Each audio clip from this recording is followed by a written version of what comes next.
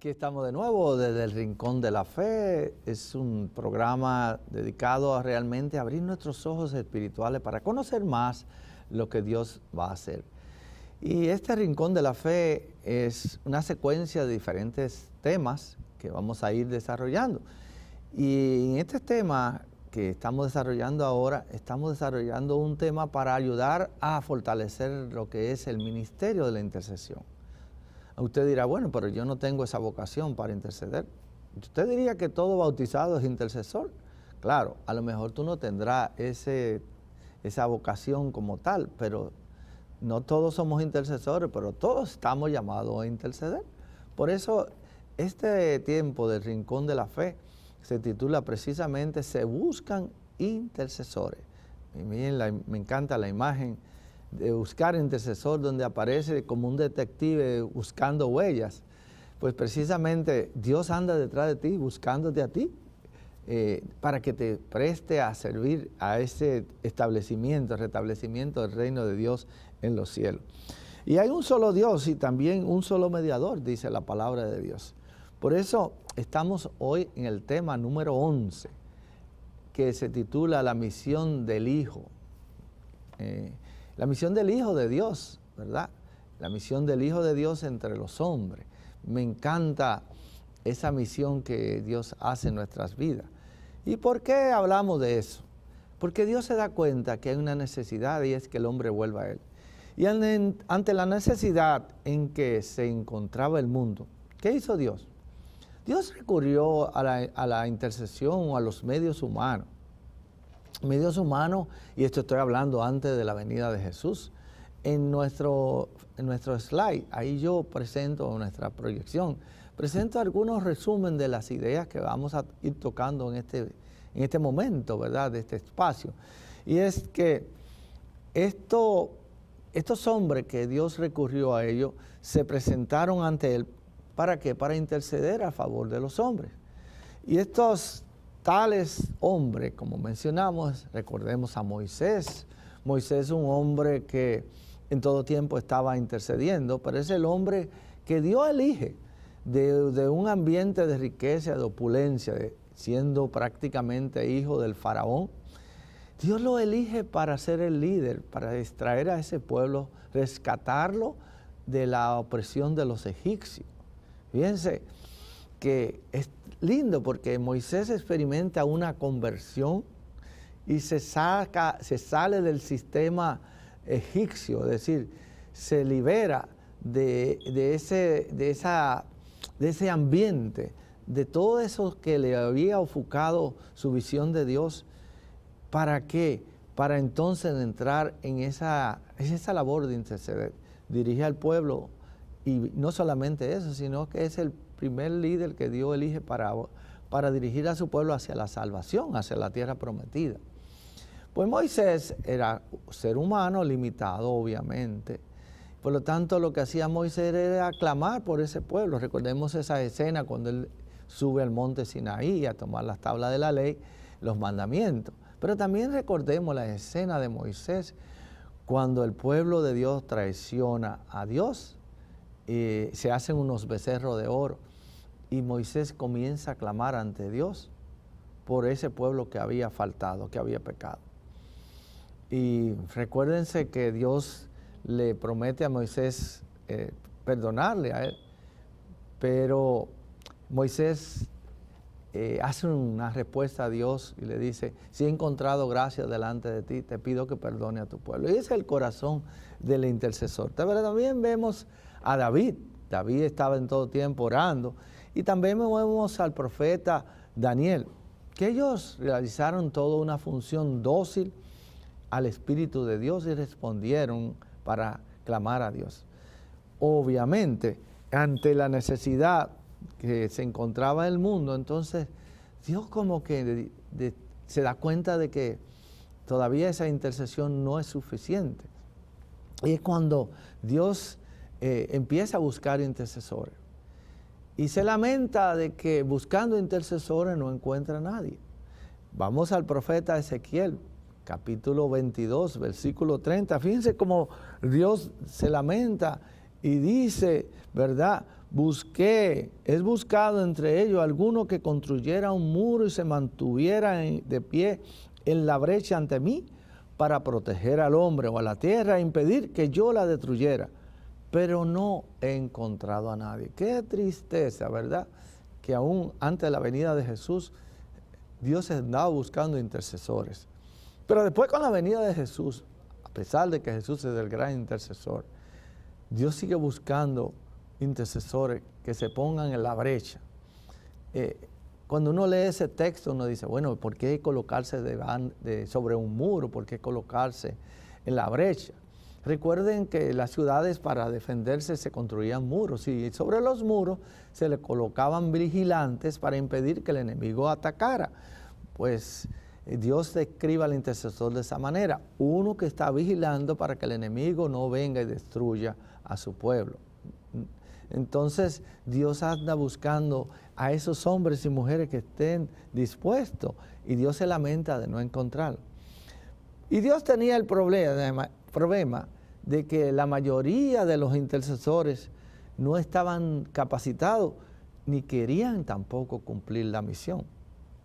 Pablo, en la carta a los romanos, como vemos ahí en nuestro resumen que aparece ahí en el texto, Pablo hace una salvedad de que el problema era sumamente grave para Dios, ¿verdad? Encontrar el hombre que intercediera. Y Dios sabía que había alguien capaz, alguien sin defecto, alguien que era fiel, inocente, que intercediera por los pecadores. Y ese alguien era su propio Hijo Jesucristo. Cuando todavía resonaban esas palabras de Jesús, de Dios Padre, ¿verdad? Las palabras de Dios que decía en el profeta Ezequiel, no he encontrado a nadie, ese dolor de Dios que no había encontrado a nadie que intercediera. En ese momento, ¿verdad? Ahí vemos que el Hijo se ofrece a sí mismo, como diciendo, soy yo, papá, el que va a interceder por su propio Hijo. Y es cuando dice la palabra de Dios, dice Pablo en Gálatas 4, del 4 al 5, dice, es cuando el Hijo dice, yo voy, y se ofrece. Y el Padre acepta el ofrecimiento del Hijo y le encarga la misión de mediar entre Él y el hombre. Y ahí sí dice, lo dice muy claro, dice, al llegar la plenitud de los tiempos, Dios envió a su Hijo, nacido de mujer.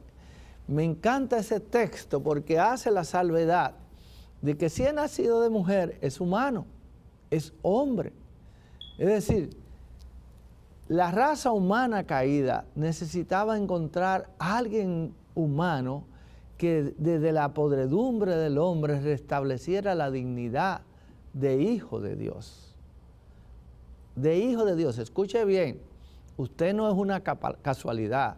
Usted, como dicen en mi país, República Dominicana, usted no es una chepa, a la casualidad le dicen chepa, algo popular.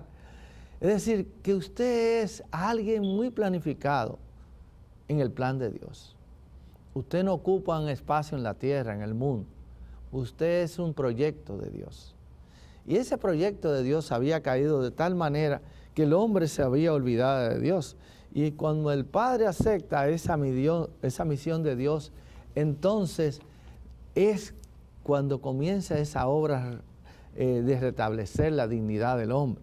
Por eso me encanta esto que dice en la carta a los Gálatas, que al llegar la plenitud de los tiempos, ¿verdad? Envió Dios a su Hijo nacido de mujer, nacido bajo la ley, para rescatar a los que se hallaban bajo la ley.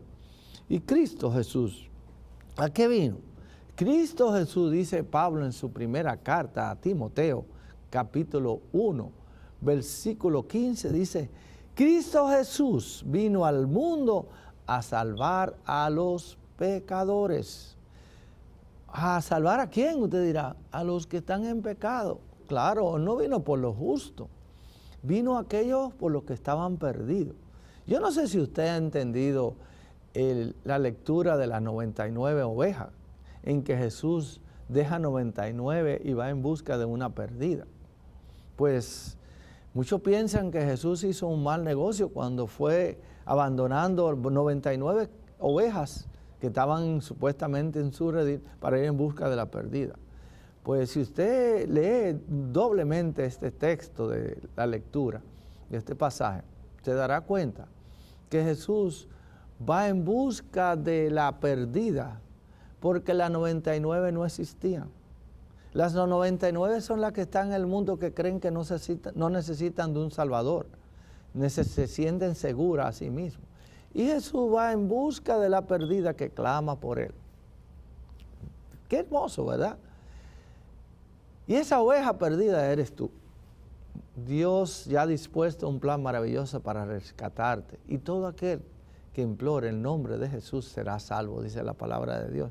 Por eso dice, Jesús vino a salvar a los pecadores. Y los 99 un día se acercarán a Jesús cuando ellos mismos decidan y se den cuenta que necesitan ser salvos. Por eso dice la primera carta de Juan, capítulo 3, versículo 8, y escuche bien porque esto sí es poderoso. Dice primera de Juan, capítulo 3, versículo 8, dice, el Hijo de Dios se manifestó para deshacer la obra del diablo. ¡Wow! Es poderoso. ¿Y por qué es poderoso? Porque el mundo estaba en tinieblas. Así dice la palabra de Dios. Todo estaba en tinieblas. Mas Dios en su inmensa misericordia decidió enviar a su Hijo Jesucristo para que todo el que crea tenga vida. ¡Wow! Esto es hermoso porque los planes del diablo han sido destruidos por Jesús. Mucha gente dice, todo está perdido, todo está acabado. No piense eso. Ya Dios ha triunfado. Ya Jesús ha triunfado. El diablo lo sabe. Está dando su último coletazo a ver a quién arrastra consigo. Pero Jesús ha triunfado porque dice que la paga del pecado era la muerte. Y el diablo había asustado al hombre con la muerte. Pero Jesús, al resucitar, restableció la vida eterna. Por eso me encanta ese cántico, dice, muerte, ¿dónde está tu aguijón? Que lo cantamos el día de la resurrección. ¿Dónde está tu aguijón? Porque el miedo que sentía el hombre era que su vida se acababa cuando moría. Pero no, Jesús vino de parte del Padre a decirnos, no, yo he venido a rescatar a los que estaban perdidos. Y por eso, tú y yo, cuando morimos, no morimos, tenemos vida y vida eterna. No creemos en reencarnación, creemos en la resurrección. Por eso Jesús nos hace una promesa, dice, cuando yo morí, ustedes también murieron. Pero cuando yo resucité, ustedes también resucitaron. Y cuando yo ascendí, ustedes también ascendieron. Quiere decir que tú y yo estamos sentados con Cristo ahí donde tiene dominio el reino de los cielos, donde tiene control, donde está la vida eterna, junto a nuestros padres celestiales. Entonces nosotros volvemos a estar con nuestro Padre celestial, con Jesucristo. Por eso Él es el camino, Él es la verdad, Él es la vida. Me encanta todo eso que dice la palabra de Dios, pero veamos un poco más, porque no nos podemos quedar con eso. Ahora que Jesús ha resucitado y ha ascendido al cielo, ¿qué hace Jesús? Dice que Jesús es el gran intercesor que viene a mediar por nosotros. ¿Y cuál es su labor? Jesús hace 3 labores importantes ahora que ha resucitado y está ahí en los cielos. Primero, la labor de Jesús es la de mediar. Como rey, primero restaura el reino de Dios en la tierra. Así lo dice Juan, en el capítulo 18, versículo 37.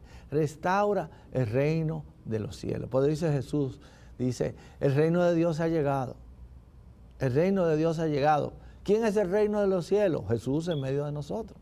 Todo el que crea en Él empieza a disfrutar de ese reino de Dios aquí, en este mundo. El reino de Dios ha llegado. Por eso, el reino de Jesús no es un reino material. Hay mucha gente que se acerca a Jesús en medio de crisis, en medio de necesidades, o para que le consiga algo. No, Jesús dice, no es así. Mi reino no es comida, mi reino no es bebida. Mi reino es gozo y alegría en el Espíritu de Dios. Por lo tanto, hemos sido restablecidos espiritualmente con Dios y podemos, a través de esa unión espiritual, escuchar y hablar con Dios. Segunda labor que hace Jesús intercediendo como profeta, habla a los hombres de parte de Dios. Habla a los hombres de parte de Dios. Dice, yo he hablado por mi cuenta, dice este texto de Juan 12:49. Dice, yo he hablado por mi cuenta. No he hablado por mi cuenta, sino que el Padre que me ha enviado, me han mandado para que tenga que decir lo que tenga que decir y hablar lo que tenga que hablar. Pero ¿cómo habla? De parte del Padre. Y la tercera labor que hace Jesús es sacerdocio, la labor de sacerdocio. Y como sacerdote realiza ante el Padre constantemente la expiación de nuestros pecados que como seres humanos hemos cometido. Y por lo tanto, en esa labor sacerdotal, Jesús intercede por cada uno de ellos y cada día presenta cultos, es decir, sacrificio agradable a Dios. En la carta a los Hebreos, capítulo 6, versículo 24, así lo establece. Sacrificio agradable a Dios. Por eso cuando vamos a la Eucaristía, quizá usted no lo ve, pero en ese momento el cielo se abre y la tierra se une con el cielo. Es el mismo Cristo que está siendo celebrado, sacrificado en el altar, es el mismo Cristo que está allí intercediendo ante el Padre. Y me encanta porque de esa manera nos damos cuenta que Dios ya no mira tu miseria, tus delitos, tus faltas. Dios entonces, ¿qué mira?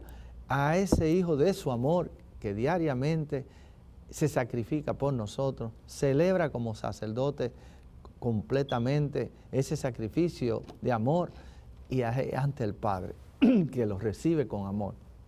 Por eso Dios dice en su palabra, dice, su sacrificio de animales, de carne chamucada no me agrada. Solo me agrada el sacrificio de mi Hijo amado, Jesucristo. Y de esa manera nosotros tenemos esa certeza de ese amor de Dios en nuestras vidas. Me encanta ver esto de lo que Dios está haciendo en ti y en mí. Dios está haciendo una obra maravillosa a través de su Hijo Jesucristo.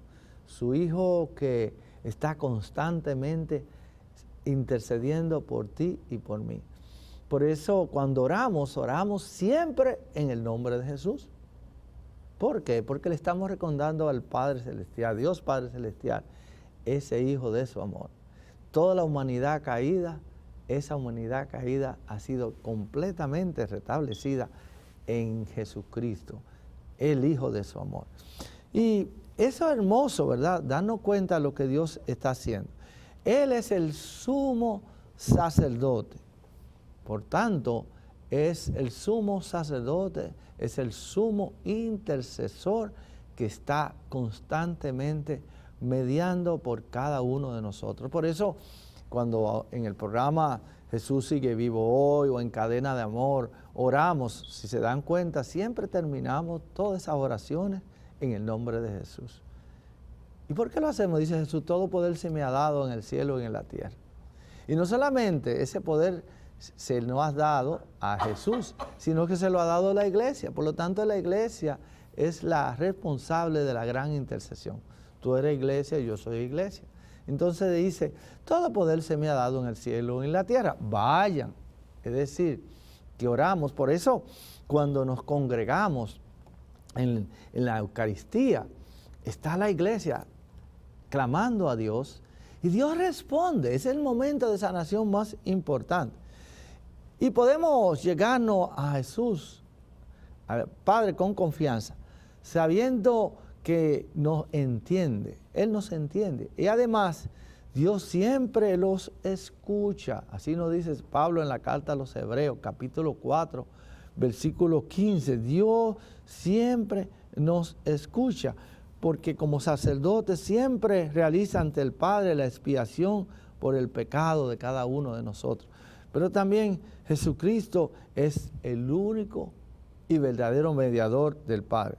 Hay un solo Dios, también hay un solo mediador entre Dios y los hombres, Cristo Jesús, hombre también, que se entregó a sí mismo por el rescate de cada uno de nosotros. Eso Pablo en su primera carta a Timoteo, capítulo 2, versículo 5, nos enfatiza mucho esa realidad.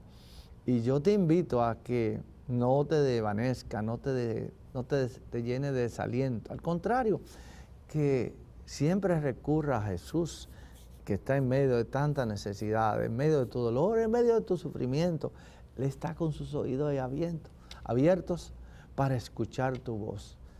Por eso Él nos invita a que vayamos como cansados, como agobiados, como aplastados por nuestras propias concupiscencias, pecados, errores. Que vayamos a Él con la confianza de que todo lo que pongamos a sus pies, el Padre, como Él ha tomado sobre sí todas esas enfermedades, pecados y dolencias, el Padre ya no nos tomará en cuenta, sino que tomará en cuenta ese amor mediador, intercesor de Jesús por ti y por mí. Ánimo, no estamos solos, el Señor está con nosotros, el Señor nunca nos abandona y el Señor siempre está presto para escucharnos.